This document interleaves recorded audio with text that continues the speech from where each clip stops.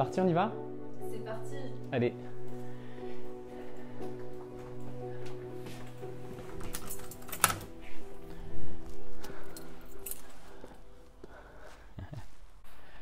Je vais pas marcher trop vite moi, parce que je boitille. Et c'est un peu le paradoxe du danseur qui boite. Et c'est comme si en fait, ça c'est assez intéressant je trouve, c'est un peu ce qui se retrouve dans plein de situations où finalement on n'a pas forcément envie de goûter à tout le spectre de l'expérience. Et par exemple on entend des motos et là je me dis il faudrait qu'il n'y ait pas trop de bruit pour l'enregistrement, tu vois, on résiste un peu au tout le spectre qu'on est en train d'expérimenter. Et moi c'est un peu une expérience que je propose aux gens, c'est de... souvent ce qu'ils font c'est qu'ils sont un peu, je ne sais pas si tu vois là par terre, ils sont un peu en train d'essayer d'éviter de trop goûter à droite et à gauche et d'être un peu comme sur un fil. Et du coup on s'empêche de vraiment expérimenter tout le spectre de la réalité. Alors que ma perception ce serait plus d'expérimenter dans toutes les dimensions des contrastes, de pouvoir goûter vraiment au bruit, au son, pour pouvoir finalement laisser apparaître une voie du milieu qui n'est pas celle de l'équilibriste, qui aimerait éviter de trop se mouiller en fait. Et moi j'ai envie de dire, mais mouillons-nous quoi, plongeons, sautons dans la piscine pour vraiment ressentir pleinement toute cette dimension-là, pour pouvoir l'abandonner peut-être, ou en tout cas pouvoir passer au détachement un peu plus tard, on en parlera tout à l'heure. Attention, il y a un pilier. Alors, aller chercher les extrêmes, oui, ou laisser peut-être les extrêmes nous chercher. Parce que finalement, même si on s'abandonne au quotidien, on va vivre plein de choses. Et voilà, moi j'ai un extrême qui m'a rencontré il y a 3 jours sur scène à Paris. Je boite quoi, parce que je suis allé un peu trop loin. Et pourtant, je connais mon corps. C'est ça qui est marrant, c'est que plus j'avance, moins j'ai l'impression que je sais quelque chose ou que je comprends quelque chose, mais plus je réalise que c'est pas forcément dans le contenu, mais c'est dans le contenant. Est-ce que je peux accueillir cette expérience du vieux danseur, moi j'ai que 44 ans, mais du vieux danseur qui s'est un peu blessé? Oui, il y a quand même une partie de moi qui se dit non, mais tu devrais, tu aurais dû, alors qu'en fait non, je peux danser avec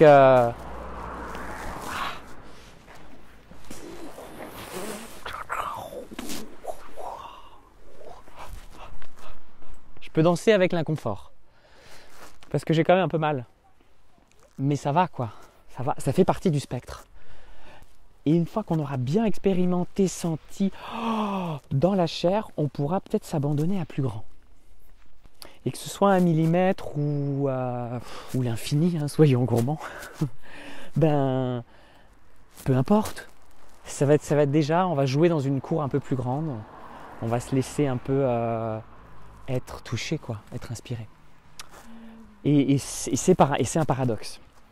Et pour bien le vivre, je te propose d'en faire une expérience concrète. C'est qu'au milieu de ce rond-point, il y a une porte énergétique. Viens.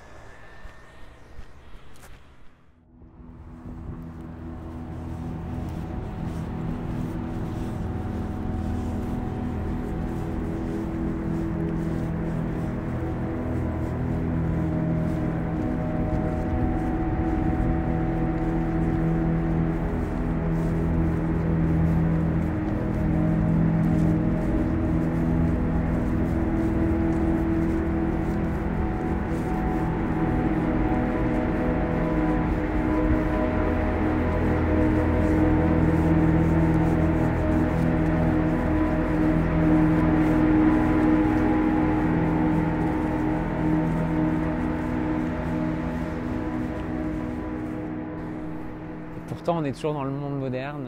On est un peu dans une frontière entre ce qu'on pourrait vivre dans l'invisible, je crois que c'est ça, tu vois, de la passer, de traverser cette porte, et en même temps de rester concrètement dans la dimension qu'on connaît, quoi, avec des gens qui se baladent, des chiens et tout, la réalité, quoi.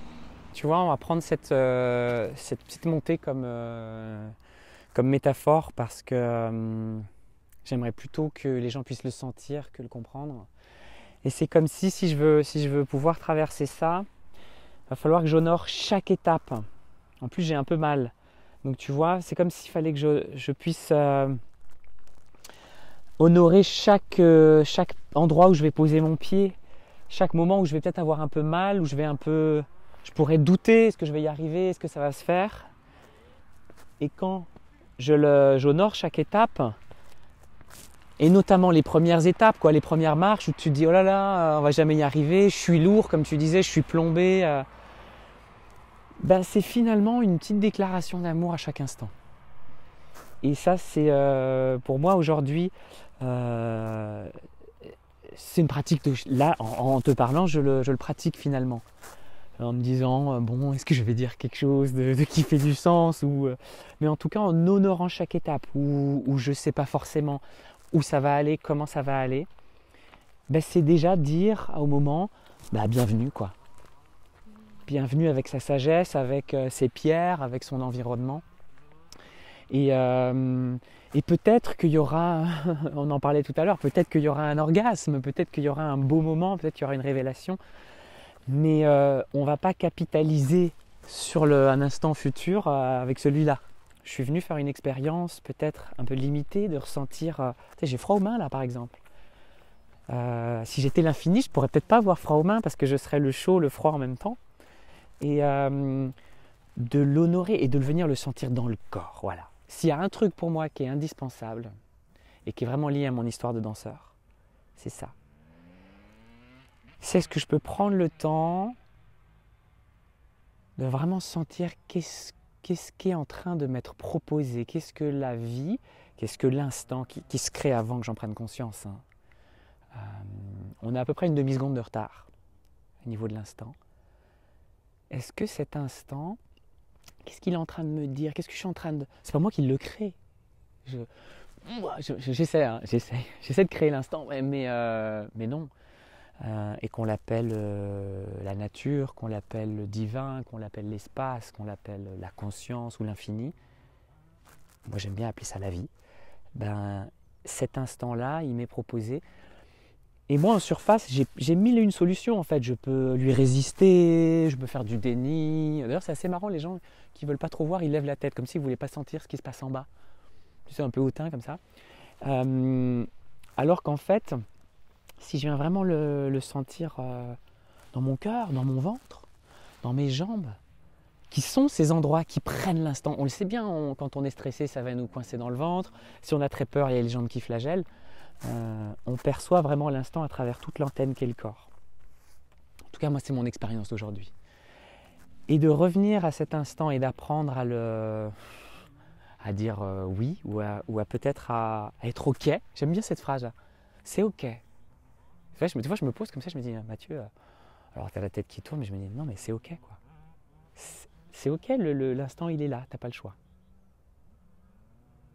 Et ça prend le temps de plonger quand même dans ce qui se passe dans cette antenne. C'est pour ça que quand on dit souvent, on en parlait tout à l'heure, oui, laisse faire, il n'y a rien à faire. On peut très bien se retrouver finalement à manger des chips sur son canapé en laissant faire. Il faut s'y engager en fait. Donc, j'en reviens à ta question parce que elle est très pertinente dans le sens où comment on fait finalement quand on expérimente le limité, le lourd. Comment on fait? Moi j'ai envie de dire déjà c'est une grande impro. J'ai pas envie de faire des grosses recettes, de dire alors il faut faire ci, il faut faire ça. Il y a des, comment on appelle ça? Il y a des chemins possibles. Mais de se dire déjà, est-ce que je peux le vivre dans mon corps et me permettre de vivre cette expérience de limité, de lourd, de résistant et de respirer avec. Et ça, c'est une grande partie du travail où j'invite les gens vraiment à sentir, à le toucher, tu vois. On a un corps, profitons-en, quoi. L'infini ne peut pas se toucher le corps. Enfin, si, mais il faut qu'on soit là, nous, qu'on puisse s'incarner dans une singularité. Et ça permet vraiment de développer une sorte d'amour en ce jour de Saint-Valentin non pas envers quelqu'un ou quelque chose, mais vraiment envers l'instant que l'on perçoit dans le corps.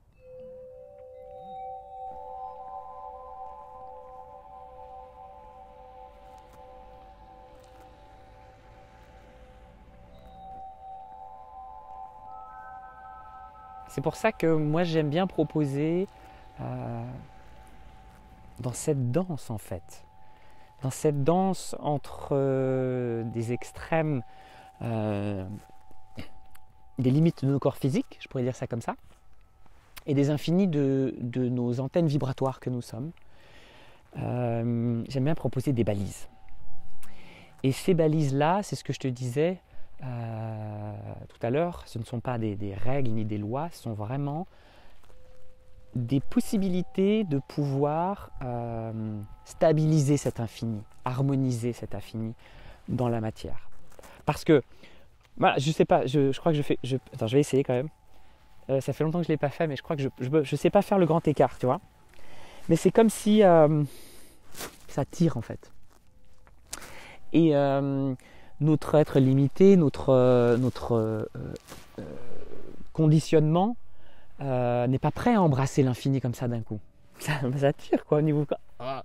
Et au niveau psychiatrique, on pourrait dire quelqu'un qui essaie d'être le grand tout alors qu'il n'est pas prêt, il va vivre un sacré choc. Et là c'est bien parce qu'on le sent physiquement en fait. Et du coup, d'avoir une balise, la première balise c'est de revenir dans le corps pour moi. Non pas pour être terrien, 3D, matière, mais pour vraiment avoir la conscience que nous sommes une antenne. Et là, pour moi, aujourd'hui, de ce que je comprends, on va parler des fascias, qui sont en fait, c'est l'eau du corps, qui est une antenne vers l'infini.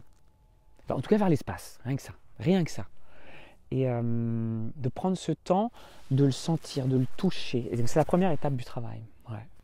Là où je parle du corps, et je comprends très bien les gens qui peuvent vivre des intensités très fortes dans le corps physique, c'est qu'on peut s'y attacher finalement. Ou en tout cas, on peut rester coincé dans cette dimension des perceptions physiques. Et c'est là où après, c'est vraiment se connecter aux sensations en essayant de ne pas forcément leur résister ou aller contre. Ce qui crée pour moi la souffrance. Mais de s'abandonner. Et moi-même, j'y travaille parce que ce n'est pas quelque chose qui s'acquiert, c'est qu'une pratique qu'on peut renouveler.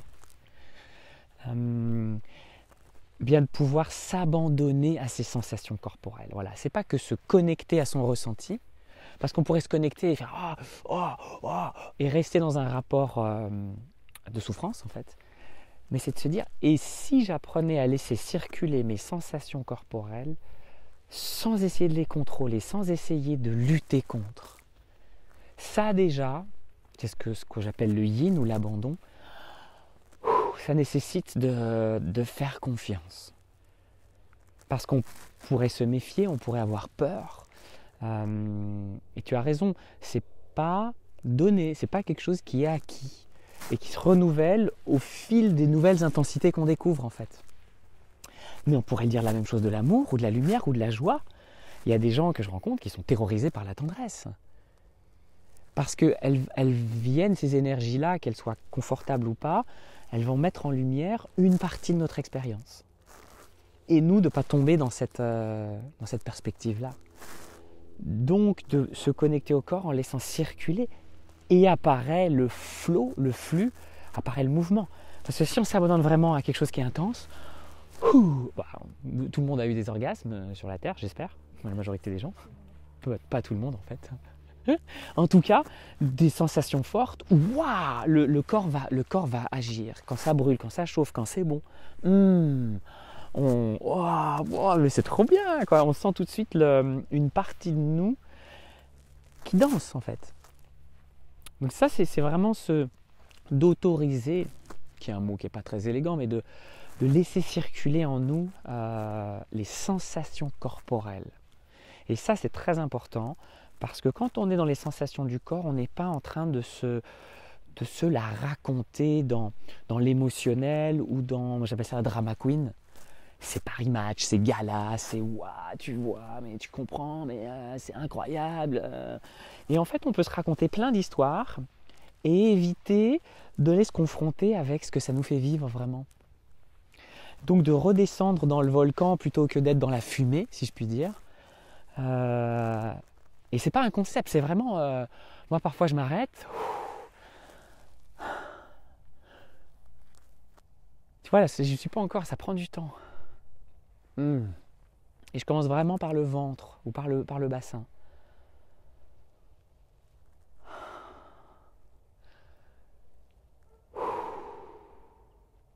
Et de prendre ce temps pour se reconnecter au corps, c'est ça, se reconnecter au corps en se laissant être touché. Parce que ces énergies-là, il y a de grandes chances que si elles sont bienvenues, c'est comme nous quand on va manger chez quelqu'un, si on est bienvenu, on va se détendre. Mais si on nous fait sentir un peu, bon, j'ai un truc après, là, on va pas pouvoir enlever sa veste, boire un coup. Mais c'est un peu ça. Voilà, ce que j'essaie de transmettre dans une expérience, c'est que, et si on invitait à la table de l'instant, toutes nos joyeux paradoxes, nos jugements, bien sûr, asseyez-vous. Aïe, le mal de bas du dos, j'ai un peu mal au bas du dos. Assieds-toi, sois bienvenu. Et quand on accueille comme ça toutes les sensations corporelles à la table de l'instant, il y a quelque chose qui commence à s'apaiser. Il y a quelque chose qui commence à se détendre. Et ça nous permet déjà de se détendre avec ce qui se passe. Et là, il se passe déjà pas mal de choses quand on se détend. Mais c'est que la première étape. La deuxième étape, c'est d'amener un peu plus d'énergie, d'amener un peu plus de conscience, d'amener un peu plus d'oxygène pour le coup, parce que j'invite les gens à respirer. Parce que j'ai l'impression que ces balises-là, quand on les connaît, la vie devient vachement plus simple, quoi. Si on a les outils pour gérer la peur, l'inconfort, la douleur, la tristesse, la vie is a piece of cake, j'ai envie de dire. Tu vois, tout d'un coup, on va pouvoir danser, on va pouvoir surfer. Et en plus, ça m'oblige de me mettre un peu à nu, parce que c'est ça en fait. Se mettre à nu et surfer avec ce qui circule dans le corps. Ce qui n'est pas habituel. Une fois qu'on s'est connecté à ces sensations, qu'on se permet d'être touché, et d'ailleurs, on peut déjà même danser avec. La première partie, je dirais, de libérer une tension, ou c'est peut-être d'en faire une danse. Moi, je demande aux gens parfois de me faire la danse de la peur, quoi, tu vois.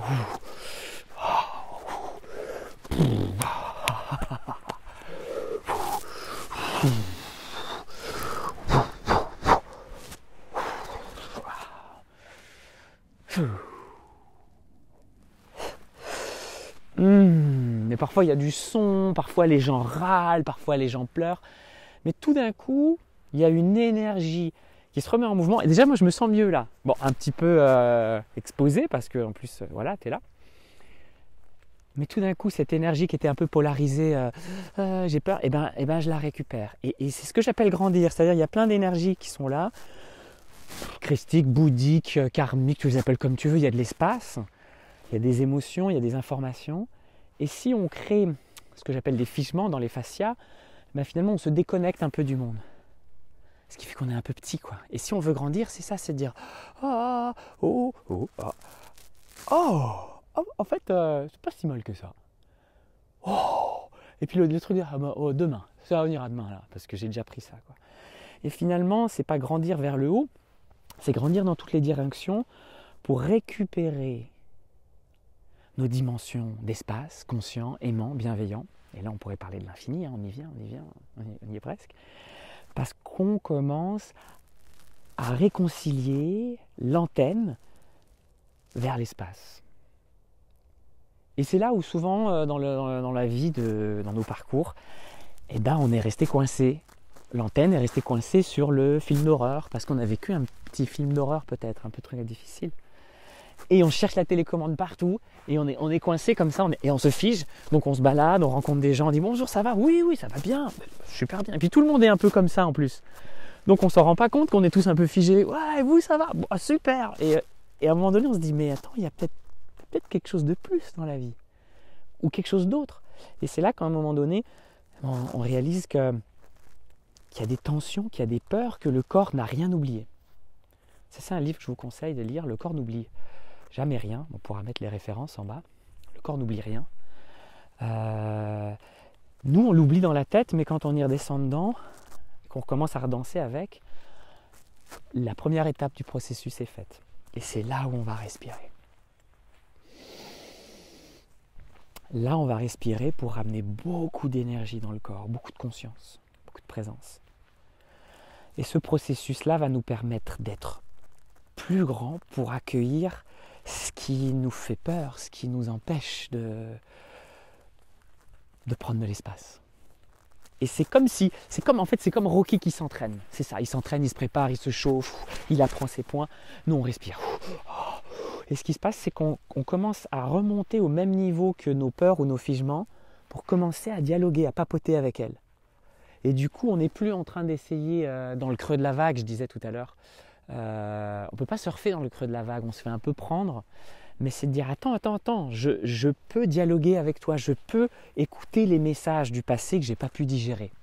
Ça, c'est super important. Parce que tout d'un coup, on n'est plus dans une posture de victime ou de bourreau ou de déni ou d'indifférence. On est en contact avec le corps parce qu'on l'a préparé pour se dire, je suis prêt à t'entendre. On parle au petit être en fait, on parle à l'enfant intérieur. Il dit je suis là et c'est ok. Bombe atomique pour l'enfant intérieur.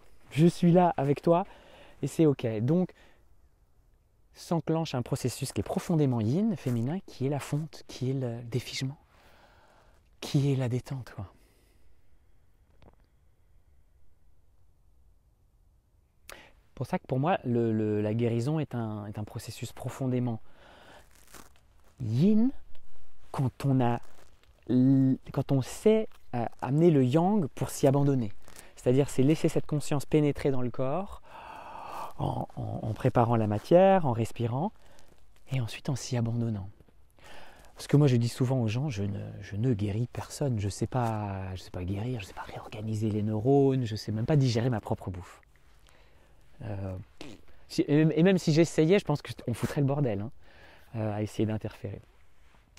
Et du coup, de laisser cette intelligence, cet amour, cette conscience œuvrer non seulement dans la mécanique physiologique du corps, digestion, battement de cœur, mais aussi dans toutes les autres dimensions où elle sait faire. Elle le fait depuis toujours en fait. La tête ne peut pas l'imaginer, cette intelligence.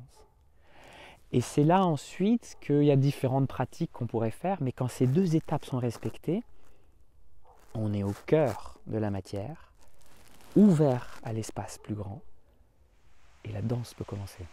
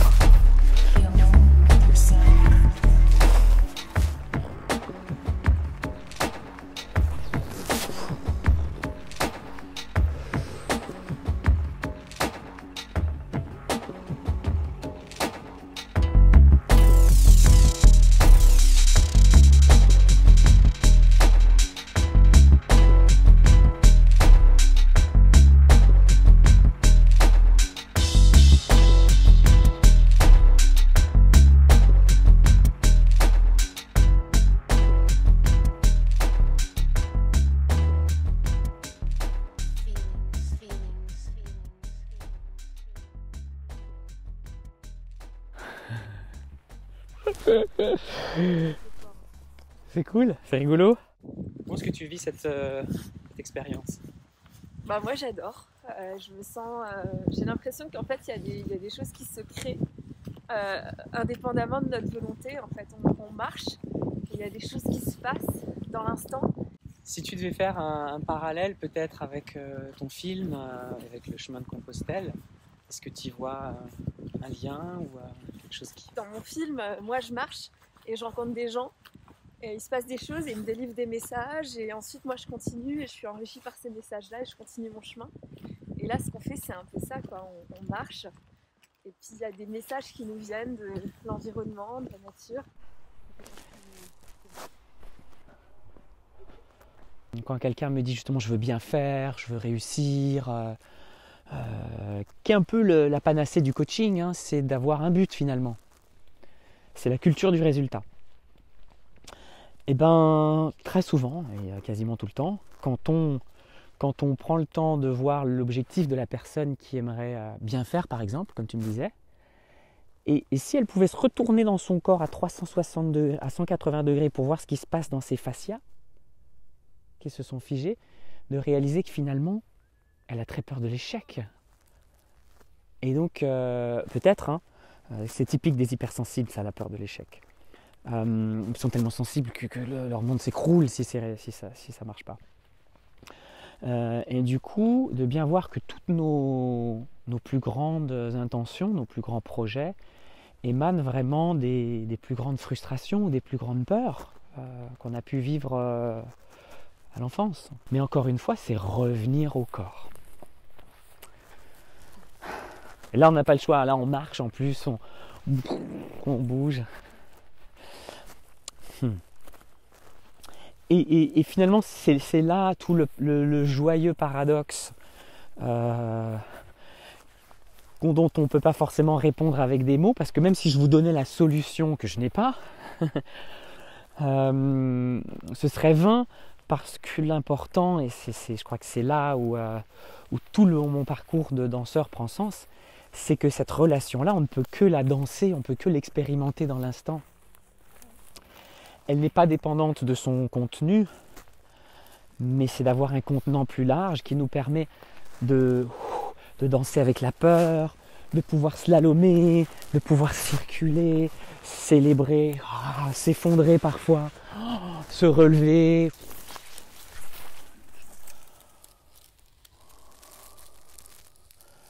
Improviser finalement, on n'avait pas prévu qu'ils étaient là, ces petits roseaux. Et ça va conditionner aussi la manière dont l'infini se glisse dans ce monde de dualité, dans ces méandres, dans ces pierres, dans ces trucs qui piquent, et puis dans ces trésors, quoi. Les plantes. Ouais. Ouais.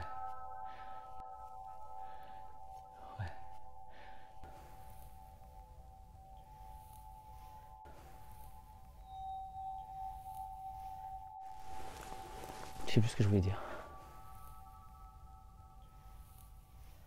En fait on était parti sur le... Sécuriser l'expérience de l'infini. Je crois que c'est un risque tout d'un coup, c'est de vouloir le saisir, le définir, alors qu'en fait, ce dont je parlais dans l'improvisation avec les roseaux, c'est cette capacité à pouvoir danser avec l'instant. Et là, on s'en remet à l'intelligence de la situation. Là, devant...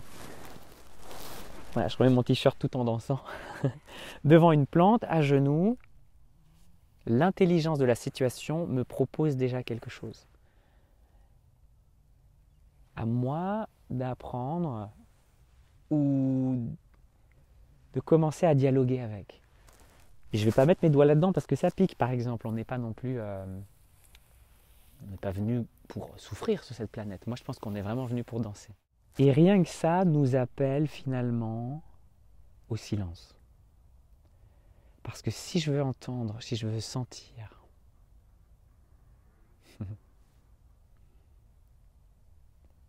cette intelligence, l'infini, il est discret en fait. Pour moi, il va falloir, il faudrait. En tout cas, plus les bruits intérieurs de nos mémoires, de nos figements s'apaisent, plus débarque le silence.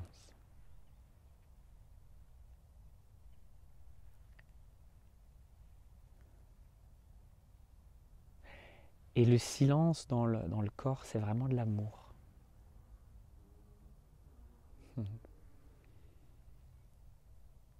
Cet infini qui a envie de venir expérimenter la Terre, quoi, ou en tout cas venir retrouver, je crois, c'est ça, venir se souvenir à travers toute notre aventure qu'on est des infinis, mais c'est génial.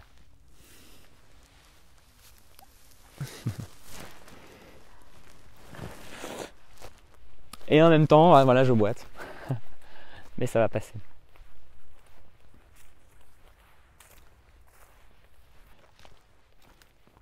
En fait, ce qui est difficile, j'ai l'impression, dans cette pratique de l'infini dans le corps, c'est que ça laisse pas de place à Mathieu, ça laisse pas de place à la personne. Parce que dès que je vais essayer de percevoir, et ça c'est une autre pratique dont on n'a pas parlé encore, c'est d'ouvrir l'espace. C'est d'inviter la conscience au-delà du corps en fait. Et c'est pas rien, hein, parce qu'on est en sécurité dans nos corps. Quand la conscience est dans le corps, on a un appui qui est important et qu'il ne faut pas perdre. Hein. D'être conscient et du ressenti de ce qui s'y passe, pas le serrer comme on disait, mais laisser circuler. Mais est-ce que je peux autant être à l'intérieur qu'à l'extérieur? Ça s'appelle respirer. En tout cas, être respiré, ça s'appelle danser. Ça s'appelle digérer, ça s'appelle évacuer, ça s'appelle être vivant en fait. Cette communication, la nature le fait constamment, c'est du lien. Et je crois que de devenir personne, comme je te disais tout à l'heure, c'est terrorisant parce que qui suis-je? Aujourd'hui, je sais encore moins qui je suis qu'avant. Mais par contre, je sais un peu plus, je comprends que ce que je suis, en termes de contenu, une conscience qui vient expérimenter à travers ce corps. Et j'ai encore plein d'ego, plein de Mathieu qui est là, mais j'en fais plus une mission de l'éradiquer qui en fait le renforce. Donc c'est très tantrique finalement. Hein. Et en même temps, ça nécessite, il y a la voie tantrique et la voie yogique, qui est celle du guerrier. Voie tantrique, celle de l'abandon. Moi, j'aime beaucoup naviguer entre les deux parce qu'il faut quand même y aller. Il va falloir monter là sur le petit bout de béton pour pouvoir être dans cette posture, pour ressentir quelque chose de nouveau, pour être vraiment autant dans la pénétration que dans l'abandon. Et là, du coup, on est vraiment dans la réconciliation homme-femme, inspiration-expiration. Sans tomber dans la rigidité d'un seul côté.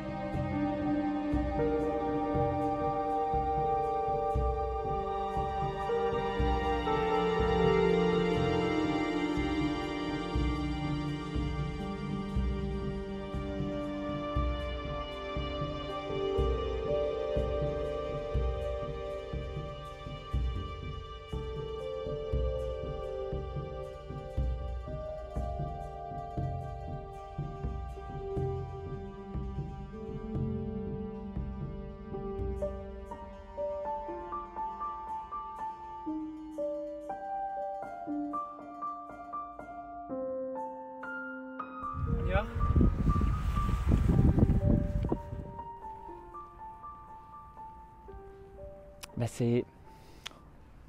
Je sais plus ce que je voulais dire. Non, je voulais dire un truc. Voilà,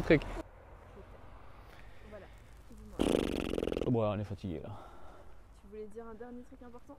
Ouais. Non, mais d'accord. En fait, je sais comment oublier ce que je voulais dire. Je crois que je suis un peu fatigué du cerveau, faut que j'aille manger. Ouais, mais si. Faut qu'on revienne dans la Ça va 3D pas. quoi, un peu là. Ouais, je crois aussi. Allez. L'infini va se faire un petit casse-croûte. L'infini rentre à la maison. Et c'est un peu tout le chemin qu'on a fait pour se retrouver là, sous cet olivier, chez moi, à la maison. Eh bien, d'être en connexion avec toute notre histoire, la sentir, l'accueillir, la digérer, et ça le corps sait le faire, puis l'abandonner, pour l'oublier peut-être, et être de moins en moins tout ce qu'on a cru être, tout ce qu'on a construit, et qui nous a amenés jusqu'ici, donc pourquoi l'abandonner quelque part, vu que ça a fonctionné. Et pourtant, ce ne sont que, si on revient à cette conception des fascias, tous nos figements, toutes ces séparations avec l'infini, bah, c'est ce que j'appelle Mathieu. C'est ce que j'appelle, moi, le thérapeute, la victime, le danseur, toutes les identités auxquelles on s'est attaché. Et là, il y a un deuil à faire. Il y a un deuil à faire du fini. Pour pouvoir danser librement, infiniment libre, avec cette intelligence qui circule, qui fait pousser les arbres, qui fait battre nos cœurs, qui forme les vagues, sans aucune interférence, sans aucune résistance, sans aucune lutte, pour devenir un médium comme un arbre. C'est un peu pour ça qu'on est là, je crois. Eh bien, il faut laisser la place à l'impersonnel, à l'infini, à n'être plus personne pour que cette danse soit... pour que l'on soit dansé finalement. C'est pas moi qui vais danser, incarner l'infini. J'aime bien le faire, hein, de temps en temps, c'est bon, mais en même temps de se laisser être marché, de se laisser être dansé, de se laisser être aimé au fond.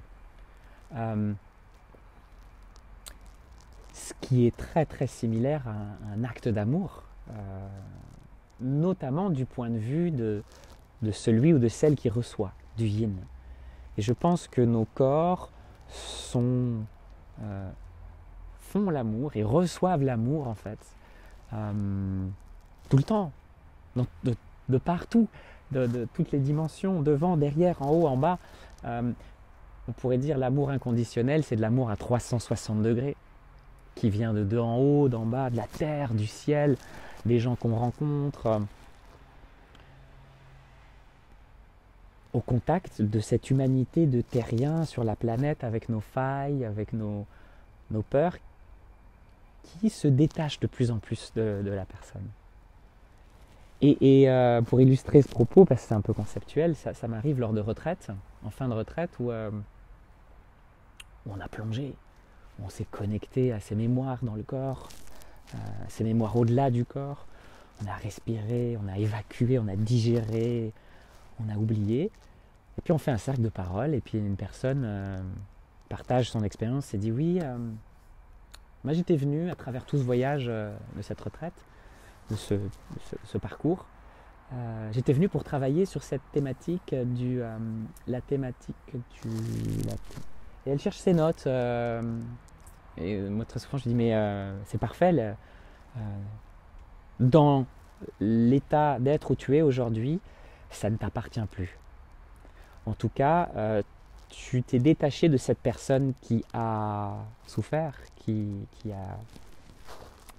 finalement qui est restée liée à cette blessure. Et donc on devient de plus en plus personne.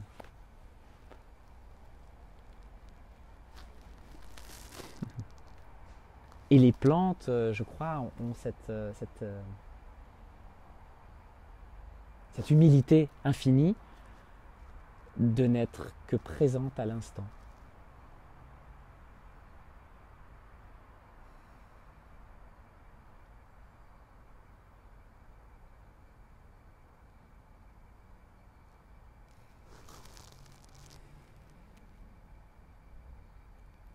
Et tout ce qui me traverse n'appartient à personne.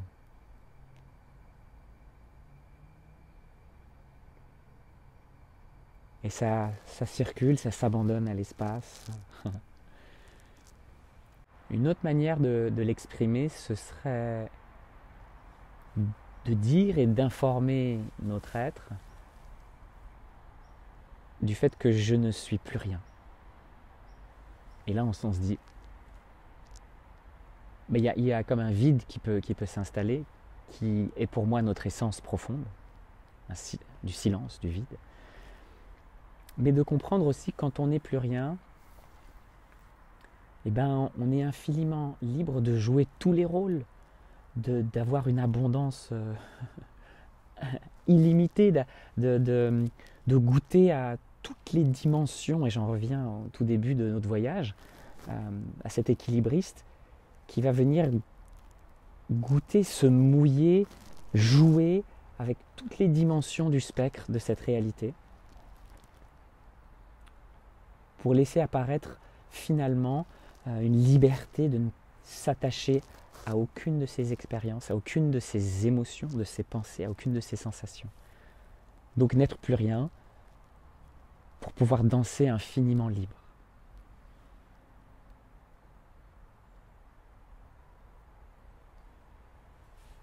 Tout un programme.